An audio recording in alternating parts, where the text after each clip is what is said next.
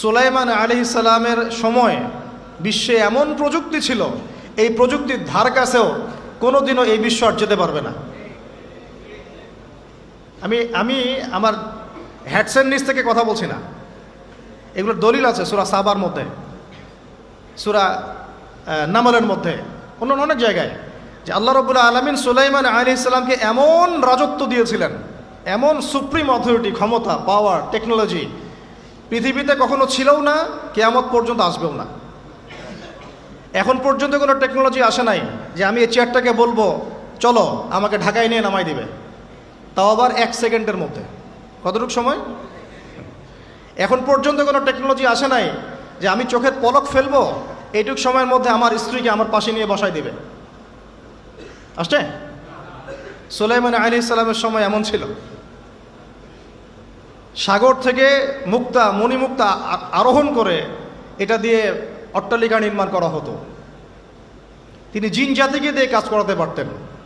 তিনি যাচ্ছেন রাস্তায়, পিঁপড়াটা গল্প করছে, এই সবাই গর্তে ঢুকো, সুলাইমান আসলে তোমাদেরকে পিষে ফেলবে, আর তিনি মুচকি মুচকি হাসছেন, পাখির ভাষাও বুঝতে পারছেন, পিঁপড়ার ভাষাও বুঝতে পারছেন।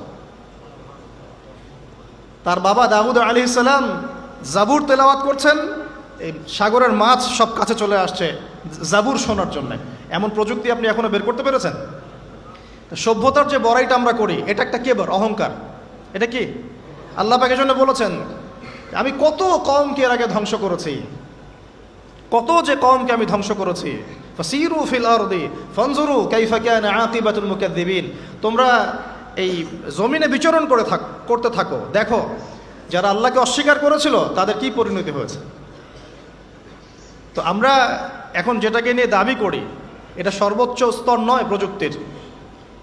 তো যে জায়গা থেকে এখানে চলে আসলাম, যে কোথায় ছিলাম আমরা, এই জামানাতেও আমরা শিরক করছি, কিন্তু আল্লাহকেও বিশ্বাস করছি। প্রত্যেকটা সেক্টরে শিরক হচ্ছে।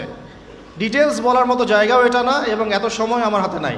আমি খালি সেক্টরগুলো বলে দিই। 1, এডুকেশন সেক্টর, শিক্ষা সেক্টর, এখানে শিরকের উপর শিরক হচ্ছে। আপনি যদি বিচক্ষণ হয়ে থাকেন, স্টাডি করেন, পড়াশোনা করেন, একটা অনেস্ট মন রাখেন, আগে সৎ একটা মন রাখেন, ডানে গেলে ডানে যাব, বামে গেলে বামে যাব, আমি নিউট্রাল থাকবো, আমি কোনো পক্ষ আগে নিব না, আমি যাচাই বাছাই করে দেখব কথাটা সত্য না মিথ্যা। শিক্ষা ক্ষেত্রে শিরকের উপর শিরক হচ্ছে, শিরকের উপর শিরক। আজকে থেকে 25 বছর 30 বছর আগে যতটা শিরক ছিল না, এখন তার চেয়ে বেশি শিরক চলে আসছে। এমন এমন শিরক আসছে যেগুলোর প্রতি ঈমান রাখলে আপনার ঈমান ভঙ্গের 10টা কারণ আছে। এই 10 কারণের মধ্যে পড়ে যাবেন, আবার নতুন করে কালিমা শাহাদা দিয়ে ইসলাম কবুল করতে হবে, নতুন করে কালিমা শাহাদার সাক্ষ্য দিয়ে আবার মুসলিম হতে হবে। যতই দাম্ভিকতা দেখান, কবরে আপনাকেও যেতে হবে, কিচ্ছু করার নাই তখন।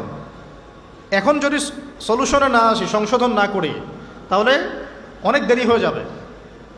এখনকার টিকটক জেনারেশনটা বিগত 30 বছরের মেহনতের ফসল। পশ্চিমাদের বিগত 30 বছরের মেহনতের ফসল এখনকার টিকটক জেনারেশন। ওরা মেহনত চালিয়ে যাচ্ছে, না জানি আরও 30 বছর পরে কোন টক জেনারেশন আসবে আল্লাহ ভালো জানে। একটা কমন সেন্সহীন, জীবনের উদ্দেশ্যহীন, একটা বুদ্ধিবৃত্তিক প্যারালাইজড প্রজন্ম।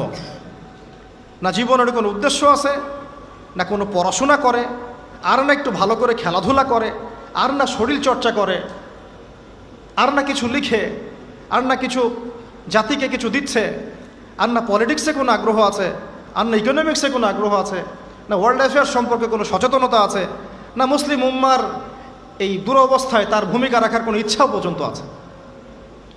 না সলাত আদায় করে, না কুরআন তেলাওয়াত করে, আর না ওযু করতে জানে ঠিকভাবে, আর না ফরজ ওয়াজিব সুন্নাত মুস্তাহাব জানে, আর না ফিকহুল মুয়াসসারের মতো সহজ ফিকহের কিতাবগুলো তার আয়ত্ত করা আছে, না কোনো আলেমের সাথে সম্পর্ক আছে, না কোনো ইসলামিক স্কলারের কাছে সম্পর্কিত হয়, আর না মাদ্রাসায় যায়, আর না ইসলামের বেসিক ফান্ডামেন্টাল নলেজ অর্জন করে। জীবনের উদ্দেশ্যই নাই, শুধু মেয়ের পিছনে, শুধু মাদকের পিছনে, ড্রাগসের পিছনে, কোনো সময় মারামারি দাঙ্গা হাঙ্গামা করছে, কোনো সময় দেখা যায় বাইক দাবড়ায় বেড়াচ্ছে। বাবার, বিত্তশালী বাবার অনেক টাকা আছে, বাস কিনে দিয়েছেন বাইক, চলছে।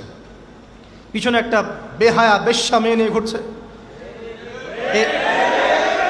এ মেয়েটাও বেহায়া, শব্দটা ইউজ করতে চাইনি আমি আমি আমি এখানে জানি অনেক মা বোন আছেন, শব্দটা আমি ইউজ করতে চাই নাই, কিন্তু আমার ভিতরে এমন ক্ষোভ এদেরকে দেখলে হয় যে মুখ থেকে বের হয়ে গেল। একটা মেয়েকে আল্লাহ পাক সৃষ্টি করেছেন কি জন্যে? যাতে সে ইসমাইল আলাইহিস সালামের মতো সন্তান জন্ম দিতে পারে। এই বাইকের পিছনে ঘোরা মেয়েটা কি আপনাকে এরকম সন্তান দিতে পারবে? আপনি তো বোকা, আপনি মনে করছেন যে অল্প সময়ের জন্য আমি তাকে নিয়ে একটু মজা করি। তখন দেখা যাবে আপনারও জীবনে এমন কোনো মেয়ে আল্লাহ পাক দিয়েছেন যে ওই রকমই অন্য কারোর সাথে বাইকে ঘুরে আসছিল। তখন কিছু করার থাকবে না, কিচ্ছু করার থাকবে না। আমার টপিক আজকে এইটা না। এই প্রজন্মটাকে গড়েছে পশ্চিমারা বিগত 30 বছরে। কত বছরে? এখন যে এডুকেশন সিস্টেমটা চলছে, এটা যদি এভাবেই চলতে থাকে, আপনি আর 20 বছর পরে এমন একটা প্রজন্ম পাবেন যাদেরকে যদি আপনি, আমি চ্যালেঞ্জ করতেছি, যাদেরকে যদি আপনি নতুন করে কোনো মুক্তিযুদ্ধে পাঠান, গুলি খেয়ে ফেরত আসবে, একটাকে মারতেও পারবে না। না দেশের প্রতি কোনো মহব্বত আছে, না উম্মার প্রতি কোনো মহব্বত আছে, না দেশের জন্য কিছু করতে পারবে, না জাতির জন্যে, না উম্মার জন্যে। সবচেয়ে বড় স্তর হচ্ছে উম্মার জন্যে। সবচেয়ে বড় স্তর কি? উম্মার জন্যে, যে পুরো মুসলিম উম্মা একটা জাতি, আমি এমন একজন বড় নেতা হব যে পুরো মুসলিম উম্মার জন্য কাজ করব।